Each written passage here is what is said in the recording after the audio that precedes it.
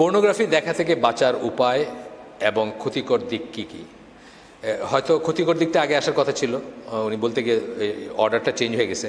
তা আমি যেভাবে এটাকে অ্যাড্রেস করবো, দুটো মিলেমিশে আছে। পর্নোগ্রাফির বাঁচার উপায়ও থাকবে, আবার ক্ষতিকর দিকও থাকবে। হয়তো ওইভাবে ঠিক ভাগ করে বা আলাদা করে করি নাই। আর এই ব্যাপারটা খুব সেন্সিটিভ ব্যাপার। এটা বলতে গিয়ে আমার মুখে হয়তো কিছু শব্দ আসবে বা কিছু কথা আসবে যেগুলা কি বলবো, মানে পার্লামেন্টারি কথা না বা শালীন না, হয়তো বা সামান্য হয়তো মনে হতে পারে যে এই কথাগুলা কি এভাবে আলোচনা করার নেই। কিন্তু লজ্জা করে যদি আলোচনা নাই করি এবং ভাবতে দেখাই যে আমরা তো এগুলোতে নাই, কিন্তু আসলে আমরা সবাই আসি এগুলোতে, তাহলে তো কোনো লাভ নাই, বুঝছেন না? তো এই জন্য মানে কিছু কথা হয়তো বাধ্য হয়ে বলতে হবে বা বলবো। এটা আগেই বলে নিচ্ছি আমি যে হয়তো প্রথম কথা হচ্ছে যে আমি বলতে পারতাম যে পর্নোগ্রাফি দেখা থেকে বাঁচার উপায় হচ্ছে পর্নোগ্রাফি দেখবেন না, না দেখলে তো বেঁচে গেলেন, তাই না? কিন্তু এটা এত সিম্পল না আর কি। মানে সিম্পলি বলে দিতে পারবো দেখবেন না, না দেখলে তো বেঁচে গেলেন, কিন্তু জিনিসটা এত সিম্পল না। পর্নোগ্রাফি হচ্ছে মানুষের বেসিক ইনস্টিংক্টকে আহ্বান করে। বেসিক ইনস্টিংক্ট মানে কি? সহজাত যেটা বলি, জন্মগতভাবে আল্লাহ কিছু জিনিস আমাদের ভিতর দিয়ে দিচ্ছেন যেটা আমাদের অ্যাট্রাকটিভ লাগবে, সেই জিনিসটাকে হিট করে বা সেই জিনিসটাকে আহ্বান করে, যে জন্য এর আহ্বানটা অলমোস্ট অপ্রতিরোধ্য, মানে প্রতিরোধ করা যায় না। আমার 11 বছরের 12 বছরের এখন 12 বছরের নাতি বলতেছে একদিন রাস্তায়, যে অন্ধ ফকির ভিক্ষা করে না, বলছে এই ফকিরের টেস্ট হচ্ছে পাশে দিয়ে মহিলা গেলে তাকায় কিনা, তাইলে বোঝা যাবে সত্যিকার অন্ধ কিনা। কথা সত্যি না? পাশে দিয়ে সে ধরছে ঠিকই যে এইটা এমন একটা ইনস্টিংক্ট, রুটে তো এই ইনস্টিংক্টটাই, যে একটা মহিলা পাশ দিয়ে গেলে না চোখ তুলে দেখাটা খুব ডিফিকাল্ট একটা ব্যাপার। সুতরাং একটা ফকির সত্যিকার অন্ধ কিনা বোঝা যাবে যদি একজন মহিলা পাশ দিয়ে যায় সাজাগোজা, আর সে যদি না তাকায় তাহলে বোঝা যাবে এটাই। এই একই ধরনের একটা গল্প শুনছিলাম অনেক আগের কথা, নাসিরের সময়কার কথা, এই ইজিপ্টের নাসির বা ওই তার পরবর্তী সময়ের কথা, যখন ইখওয়ানদের খুব ধারপকার করতেছিল ইজিপ্টে। তো একটা পুলিশ নাকি এক লোকরে দাঁড়িয়ে এক লোকরে দৌড়াইতেছে, ইখওয়ান আর কি দৌড়াইতেছে, দৌড়াইতে মানে কাছাই গেছে প্রায়, তারপরে হঠাৎ সে দৌড়ানো বন্ধ করে দিচ্ছে। তো মানুষজন জিজ্ঞেস করছে কী ব্যাপার, তুমি ছেড়ে দিলে ওরে, তুমি তো এতক্ষণ ধরে দৌড়াইলে এখন ছেড়ে দিলে কেন? বলছেন না, ও তো ঘাড় ঘুরে একটা মেয়ের দিকে তাকাইছে, ওই ইখওয়ান হতে পারে না। বুঝছেন তো? মানে ঘাড় ঘুরে তাকানোটা এতই, আর না তাকানোটা এত এক্সেপশনাল যে ইখওয়ানদের ওরা যে চোখে দেখতো, মানে এত কট্টরপন্থী মানুষ কোনোদিন ঘাড় ঘুরে তাকাবে না, ঘাড় ঘুরে তাকাইছে মানে ইখওয়ান না আর কি। তা আমি বলতেছি যে এতই বেসিক এই ইনস্টিংক্টটা, মানে খাওয়ার চেয়েও বেসিক এই ইনস্টিংক্টটা, লিবিডো বা যৌনবোধ অথবা যৌন বাসনা, যাই বলি আমরা এটাকে, শুনতে যত খারাপই লাগুক, এগুলা প্রিটেন্ড করার কোনো উপায় নাই যে আমরা আমাদের এগুলো নাই বা আমরা এগুলো সম্বন্ধে জানি না বা এগুলো সম্বন্ধে কথা বলি না। অথচ এই যৌনতাই হচ্ছে আল্লাহ সবচেয়ে বড় নিয়ামতের একটা। ইসলাম হচ্ছে একমাত্র মেজর রিলিজিয়ান বলতে কি, মেজর রিলিজিয়ান আমরা কোনগুলোকে বলি? মেইনলি বলি জুডাইজম, খ্রিশ্চিয়ানিটি এবং ইসলাম, এই তিনটাকেই বলি মনোথিস্টিক রিলিজিয়ান বা মেজর ওয়ার্ল্ড রিলিজিয়ান বলি। এগুলোর পয়েন্ট অফ ভিউ থেকে কিন্তু এই অন্যরা এই মূর্তি পূজা করে যে মুশরিক টুশরিকগুলো হিদন বলে এদের, মানে এই দূর মার্কা বলে আর কি। হিদন কথাটা ইংলিশ কথা, আমার কথা না। এইটার মানে বোঝায় যে এইসব রিলিজিয়ান মানে সুপিরিয়র রিলিজিয়ান যেগুলা এক ঈশ্বর বা যাদের কাছে কিতাব আছে তাদের বাইরে যেগুলো মুশরিক, কাফের মুশরিক, এদেরকে হিদন বলে। তো ইসলাম হচ্ছে মেজর রিলিজিয়ানদের মধ্যে একমাত্র যারা যৌনতার যে ইনস্টিংক্ট, যে কামনা, বাসনা, ইচ্ছা, অ্যাট্রাকশন, প্রবল অ্যাট্রাকশন, এটাকে স্বীকৃতি দেয় এবং এটাকে ভালো চোখে দেখে। শুধু স্বীকৃতি দেয় না, এটাকে ভালো চোখে দেখে। আচ্ছা, ছিছি করে না, ইসলাম এটা নিয়ে ছিছি করে না।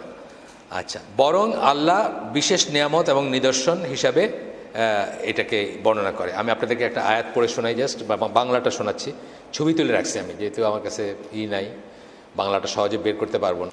সূরা রোমের 21 নম্বর আয়াত, আল্লাহ বলতেছেন, তার নিদর্শনের মধ্যে একটা হলো এই যে তিনি তোমাদের জন্য তোমাদের মধ্য হতেই তোমাদের সঙ্গিনী সৃষ্টি করেছেন, যাতে তোমরা তার কাছে শান্তি লাভ করতে পারো। আল্লাহ কিন্তু বলেন না যাতে উনি সন্তান জন্ম দিয়ে থাকেন, তা বলেননি, শান্তি লাভ করতে পারো। তার মানে সঙ্গিনীর কাছে শান্তি লাভ করাটা আল্লাহর নিয়ামত, আল্লাহর দয়া, আল্লাহর অনুগ্রহ এবং একটা ভালো জিনিস। কোন সঙ্গিনী? যে বৈধ সঙ্গিনী আপনার। আর তিনি তোমাদের মধ্যে পারস্পরিক ভালোবাসা, দয়া সৃষ্টি করেছেন। আপনি আপনার সঙ্গিনীকে ভালোবাসেন, মিনিং ইয়োর ওয়াইফ। সঙ্গিনী বলতে ইসলামে আর কোনো মিনিং নেই, মিনিং ইয়োর ওয়াইফ, স্পাউস। এবং দয়া সৃষ্টি করেছেন, আপনার ভিতরে দয়া দিয়ে দিচ্ছেন। আপনি চিনেন না, ওই ধরেন জকিগঞ্জ, আপনার বাড়ি এইদিকে মৌলভীবাজার, বিয়ে করছেন, কোনোদিন দেখেন নাই, কোনো আত্মীয় না, কোনো পরিচয় নাই, তারপরে দেখবেন যে কত একটা মায়া হয় না। তার মৃত্যুসজ্জা আপনি তার পাশে বসে আছেন, তার মাথায় পট্টি মারতেছেন, বুঝছেন না?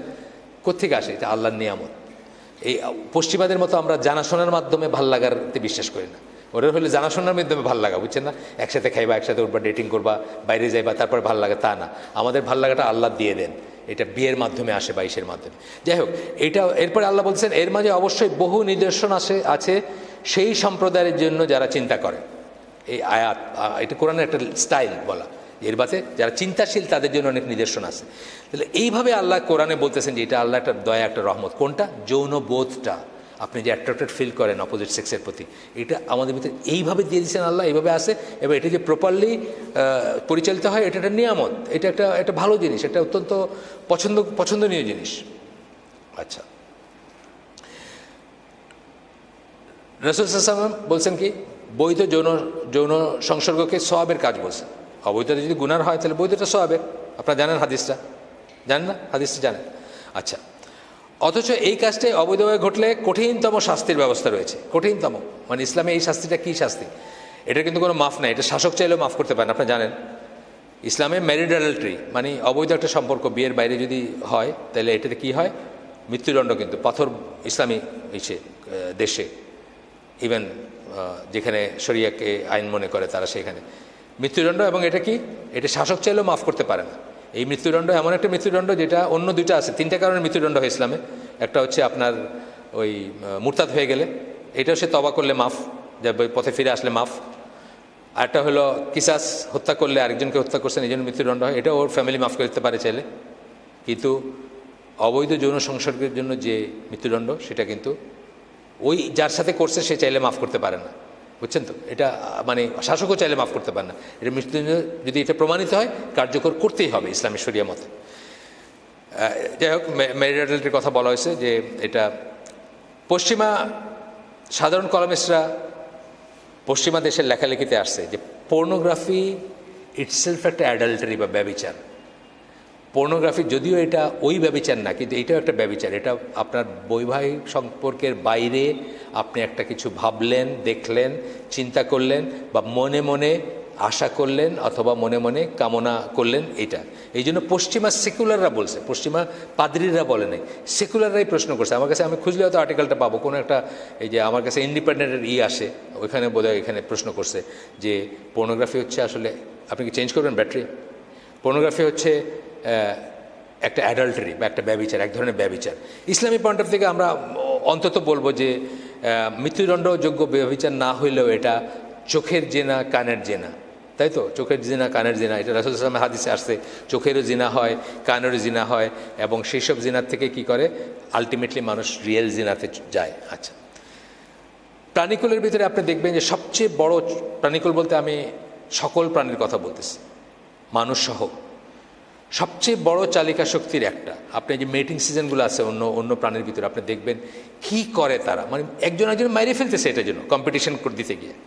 আপনি দেখবেন কুমিরের ভিতর আছে বা অন্যান্য জন্তু জানোয়ারের ভিতরে একজনকে মেরেই ফেলতেছে, মানে মারামারিটা শুরু হয়েছে এটাকে কেন্দ্র করে, এবং একজনকে মেরেই ফেলছে। আল্লাহ দেয়া এই চালিকা শক্তির বলে পৃথিবীর সমাজ সংসার আবর্তিত হচ্ছে, এই কথাটা আমি বলতে পারতাম, কারণ আসলে এইটা দিয়ে কিন্তু দুনিয়াটা ঘুরতেছে, এটাকে কেন্দ্র করে। অন্য ফর্মে আমরা হয়তো ডিফাইন করতেছি না ওইভাবে, বুঝছেন না? এটা মিলেমিশে আছে জিনিসের ভিতর, গানের ভিতর আছে, সিনেমার ভিতরে আছে, নাটকের ভিতরে, বুঝছেন না? কিন্তু এই কেন্দ্রে কিন্তু পৃথিবীটা ঘুরতেছে, সারা পৃথিবীটা কিন্তু এটাকে কেন্দ্র করে ঘুরতেছে। প্রাণীকুলে প্রবল প্রতিযোগিতা দেখা যায়, যা অনেক সময় প্রতিপক্ষকে হত্যা পর্যন্ত গড়ায়। এটা আমরা দেখছি অনেক, আমি উদাহরণ দিতে পারতাম অনেক। সবচেয়ে প্রবল এই বেসিক ইনস্টিংক্টকে চরিতার্থ করার ব্যাপারটা প্রকৃতিতে ওপেন, কোনো রকমের রাগঢাক নেই, প্রকৃতিতে ওপেন, জোরদার মুলুকতার, যে পাল্লা যা করলা। কিন্তু মানে কি বলে, মানুষকে তো আল্লাহ আশরাফুল মখলুকাত হিসেবে বানাইছেন কেন? এটা আল্লাহ কিছু নিয়ম করে দিয়েছেন, এই নিয়মের ভিতরে মানুষ থাকবে এবং থাকলেই সে আশরাফুল মখলুকাত, নাইলে সে জানোয়ারের সাথে তার কোনো তফাৎ নাই। আচ্ছা, মানুষের বেলায় আল্লাহ কিছু নিয়ম বাইরে দিয়েছেন, সেই নিয়ম যারা মানে না তাদের বেলায় এই বেসিক ইনস্টিংক্ট পরিতৃপ্ত করতে মানুষ খুন খারাপি বা হত্যা ধর্ষণ পর্যন্ত যায় না আমাদের দেশে। আমাদের দেশে তো দেখতেছেন যে যারা এই নিয়ম মানে না, আল্লাহর নিয়ম মানে না, আল্লাহর বিধান মানে না, আল্লাহ যে নিয়ম করে দিয়েছেন সেটার ভিতর, তারা কি শেষ পর্যন্ত খুন রাজানি পর্যন্ত যায় না? এটারই সূত্র দূরে যাচ্ছে। আপনি দেখতেছেন মা ছেলেকে মেরে ফেলছে, এই 2-3 বছর আগে উঠছে, আপন ছেলেকে মেরে ফেলছে মা, এই পথে সে জেনে গেছে বা কিছুর জন্য মেরে ফেলছে, পরকীয়া সম্পর্ক সম্বন্ধে জানছে। তার মানে সে নিয়ম মানে না। নিয়ম না মানলে তখন সে যা ইচ্ছা আসবে, খুন আসবে, ধর্ষণ আসবে, মানে খুন কইরা। মাদ্রাসার একটা ছেলে, সেদিন পড়লাম, মাদ্রাসার 8-9-এর ছেলে আরেকটা 7-8-এর মেয়েকে নিয়ে ভাগায় নিয়ে ঢাকায় চলে আসছে। আয়সা কোন হোটেলে উঠতে চাইছে, পারে নাই উঠতে, কমলাপুর স্টেশনে যে পতিত রেলওয়ে বগি থাকে না, ওর ভিতর তাকে ধর্ষণ করছে, কইরা তাকে, সে কাঁদতেছিল, মেয়েটার দোষ হলো মেয়েটা তারপরে কাঁদতেছে, সমানে কাঁদতেছে, তারে মাইরে ফেলছে, পেপারে আসছে, ওপেন ঘটনা, খুন করছে। এই ইনস্টিংক্টের জন্য তো করছে, এই কাজটার জন্য করছে না। ইনস্টিংক্টটা আমি বলতেছি যে রিপুর তাড়নাটা তো এইটাই। সে নিয়ম মানে নেই দেখে সে হত্যা পর্যন্ত করেছে। 7-8-এর মেয়ে, 8-9-এর ছেলে, মাদ্রাসার। চিন্তা করে দেখেন আপনি তাহলে অন্য যারা যা করতেছে বা আরও যারা উন্নত শ্রেণীর, উন্নত টাকা পয়সা আছে, উন্নত শিক্ষা দীক্ষা আছে, তাদের কথা তো আছেই।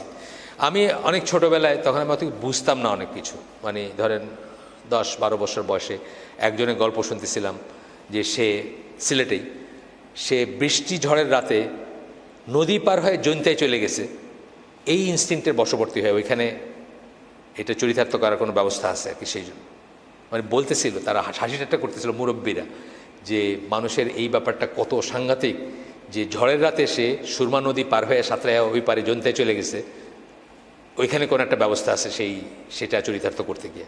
এত প্রবল হইতে পারে মানুষের এই ইনস্টিংক্টটা।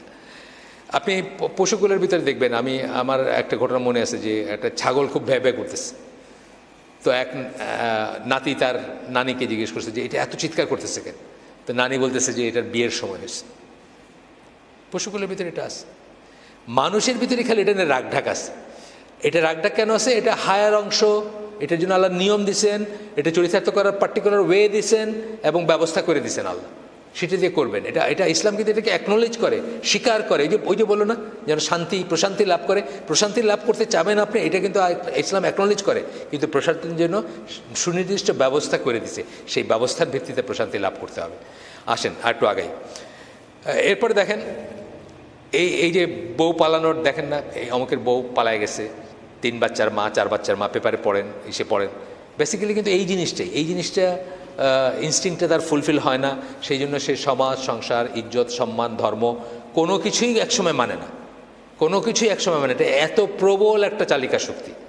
এই প্রবল শক্তিকে সঠিক পথে পরিচালিত না করলে সমাজ সংসারে প্রবল বিপত্তি এবং বিপদ নেমে আসবে। এটাকে যদি আপনি কন্ট্রোল করতে না পারেন, সঠিক পথে পরিচালিত না করতে পারেন, সমাজ সংসারে মারাত্মক বিপত্তি এবং বিপর্যয় নেমে আসবে। আপনি দেখেন আমাদের চারিদিকে কী অবস্থা এখন, আপনি তাকায় দেখেন, মানে নিউক্লিয়ার এনার্জি, যেটা অ্যাটমের ভিতর যে শক্তি থাকে, এইটা দিয়ে আপনি একটা রিয়েক্টর দিয়ে সারা বাংলাদেশে আলোকিত করে ফেলতে পারবেন, আবার একটাই দিয়ে সারা বাংলাদেশ ধ্বংস করে ফেলতে পারবেন।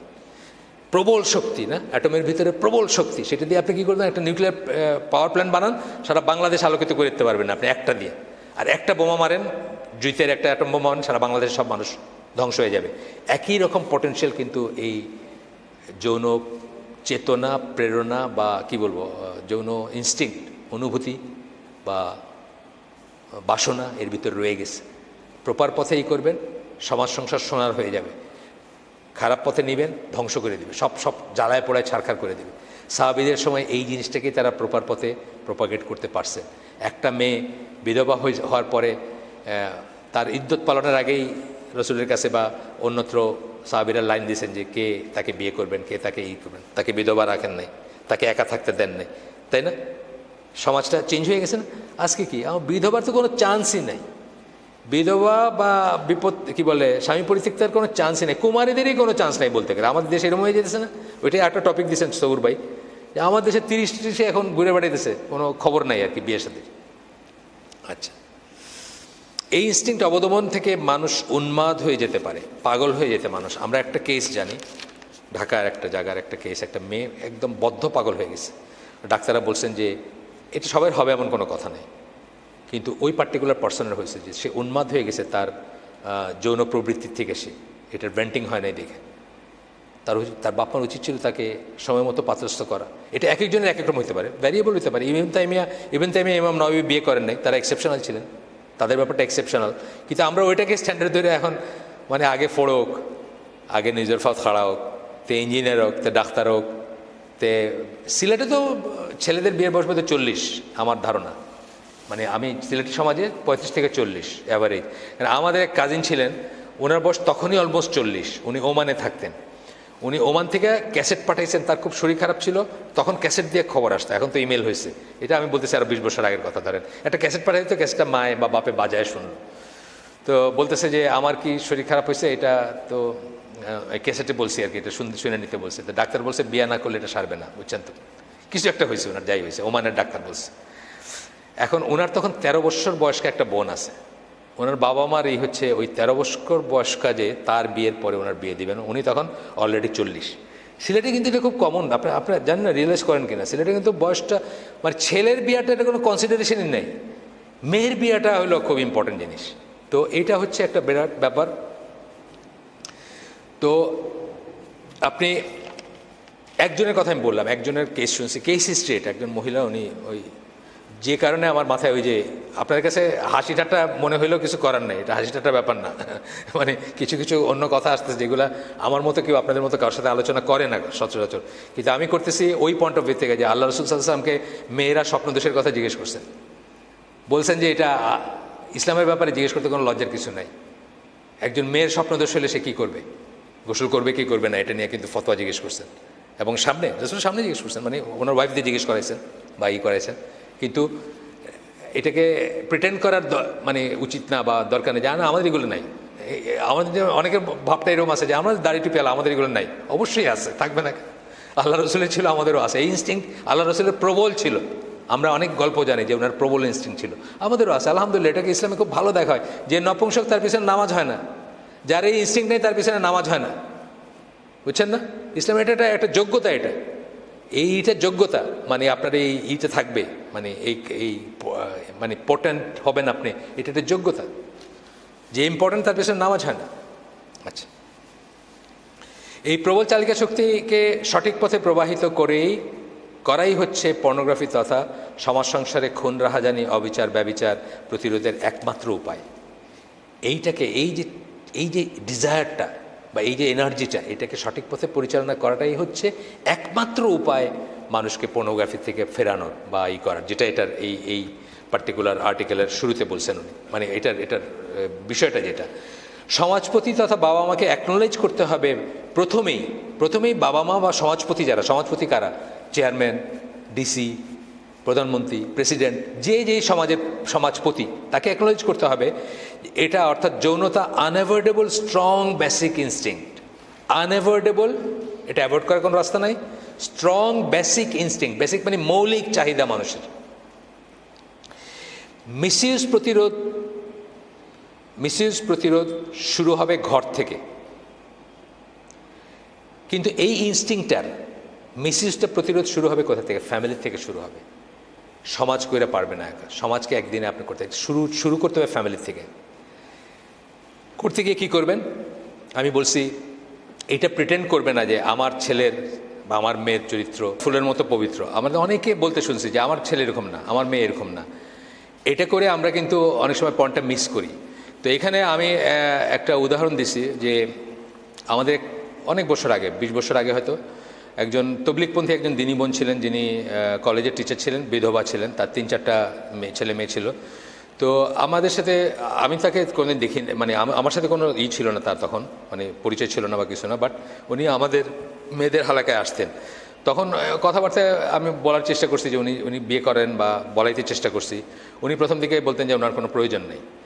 তারপরে আমার একটা বই, যখন 2005 সালের বা আরও একটু পরে, বিবাহ নারীবাদ একটা বই আছে আমার, সেই বইটা বাংলাদেশি মুসলিম জীবনে বিবাহ নারীবাদ, সেই বইটা পড়ার পরে উনি ডিসাইড করেন যে উনি বিয়ে করবেন। তো উনি আমাদের মেয়েদেরকে বলছেন একবার যে মানে অনেকেই আছে যারা এটা এই জিনিসটা অ্যাকনোলেজ করে না, স্বীকার করে না, মুনাফিকের মতো ভিতরে রাখে কিন্তু খারাপ কাজ করে যায়। উনি একটা ফ্যামিলির কথা বলছেন যে একজন মহিলা তার হাজব্যান্ডকে সময় দিতে পারেন না, বা তার ফিজিক্যালি উনি ফিট না হাজব্যান্ডের সাথে থাকার জন্য, বা সোজা বাংলায় শোয়ার জন্য ফিট না।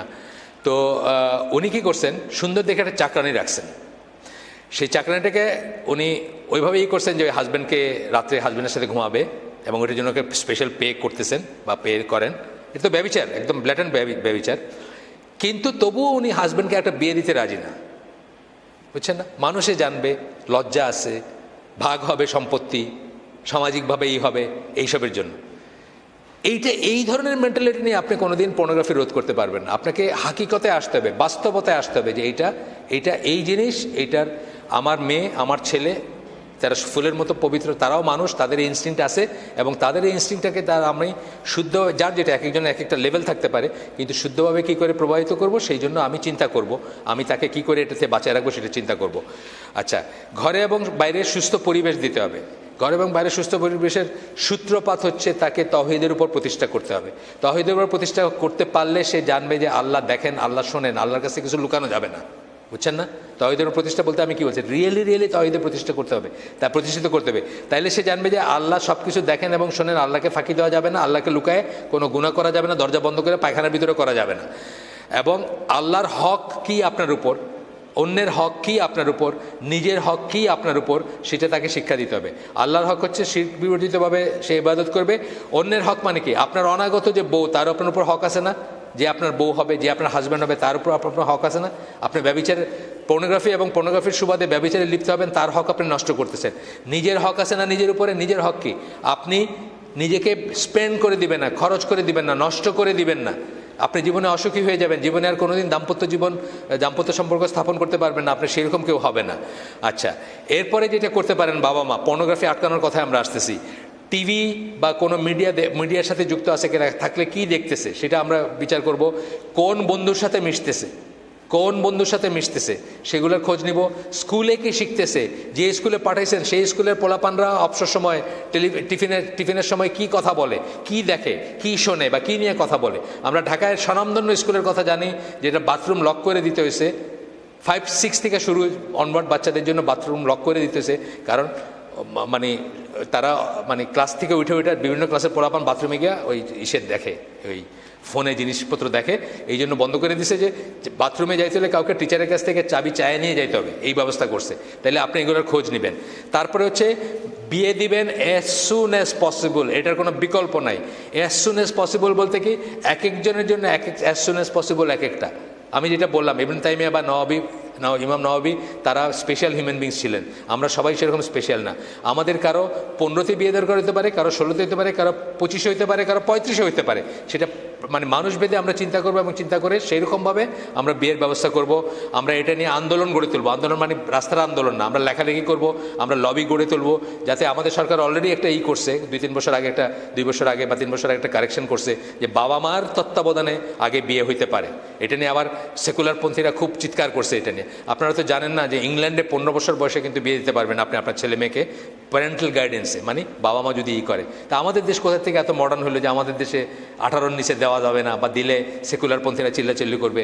এটা কোনো ব্যাপার না। অ্যাজ সুন অ্যাজ পসিবল এটা দেওয়ার চেষ্টা করবেন, বা যারা বাবা মা আছেন বা যারা ঘরে, আমি বলতেছি পর্নোগ্রাফি আটকানোর স্টেপগুলো বলতেছি, কী করে আপনি পর্নোগ্রাফিকে রোধ করতে পারেন।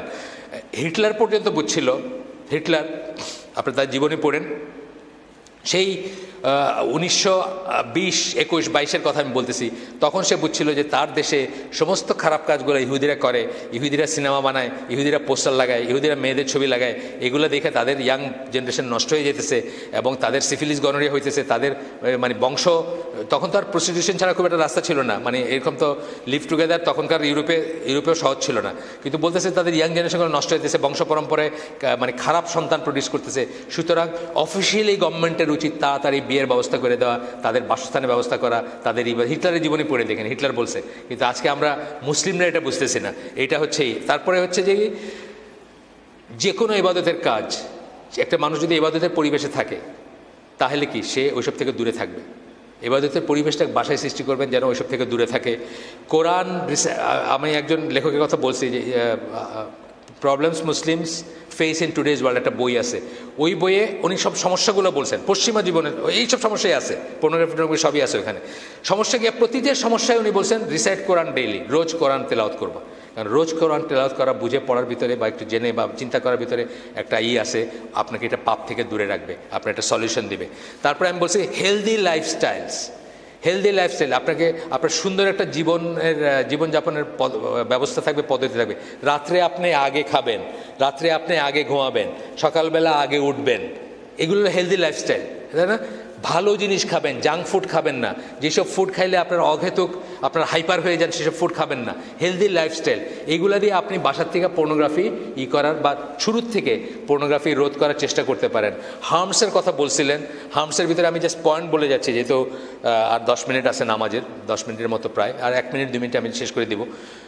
একটা হার্মস মানে ক্ষতিকর কি দিকগুলা কি, যারা পর্নোগ্রাফিতে অ্যাডিক্ট হয় তারা কিন্তু চির অসুখী হয়, জীবনে আর কোনোদিন সুখী বা তৃপ্ত হইতে পারে না, তাদের ব্রেন ব্লো আউট হয়ে যায়, ব্রেন নষ্ট হয়ে যায়। এটা নিয়ে কথা অনেক লেখালেখি হয়েছে, তাদের ব্রেনটা আর স্বাভাবিকভাবে ফাংশন করতে পারে না, চিন্তা করতে পারে না। 2 নম্বর হচ্ছে তারা ভায়োলেন্ট হয়ে যায়, তাদের ওই উত্তেজনাটা প্রশমিত করার জন্য তারা যে কোনো কিছু করতে পারে। এই যে বললাম রেপ, খুনাখুনি, মারামারি সব কিছু করতে পারে তারা। আপনি দেখবেন, পড়লে এগুলো তো বাংলাদেশে খবরের কাগজে উঠে, এগুলো কোনো রাগডাক নাই। ফ্যামিলি ভেঙে যায়, বিয়ে, পর্নোগ্রাফিতে আপনার 5 মিনিটের একটা ভিতর যত কিছু এই সমস্ত জিনিসগুলো বাস্তব জীবনে কোনোদিন হয় না। বাস্তবে বউ এইভাবে বিহেভ করে না, একটা পর্নোস্টার যেভাবে বিহেভ করে এইভাবে করে না। সো আপনি বিয়ের সাথে সাথেই আপনার মনে দূরও এটা কী করলাম, মানে বিয়েতে আপনি আপনার পর্নোগ্রাফি থেকে যে ইমাজিনেশন আসছে, জীবনে দেখলেন যে এটা তো কোনো ব্যাপার না। বাস্তবে একটা যদি আমাদের স্বাভাবিক মুসলিম বিয়ে হয়, যারা একে অপরের সাথে মেলামেশা করে নাই আগে, কেউ কাউকে চিনে না, অ্যারেঞ্জমেন্ট ফ্যামিলির থ্রুতে বিয়ে হয়েছে, তাদের 1 মাস 2 মাস 6 মাস লাগতে পারে অ্যাডজাস্ট করতে। অথচ আপনি পর্নোগ্রাফিতে কী দেখতেছেন, 6 মিনিটের ভিতরে জীবনের সব স্বাদ নেওয়া শেষ, তাই না? তা আপনার কাছে তখন হাইসেন না, কথা সত্যি না?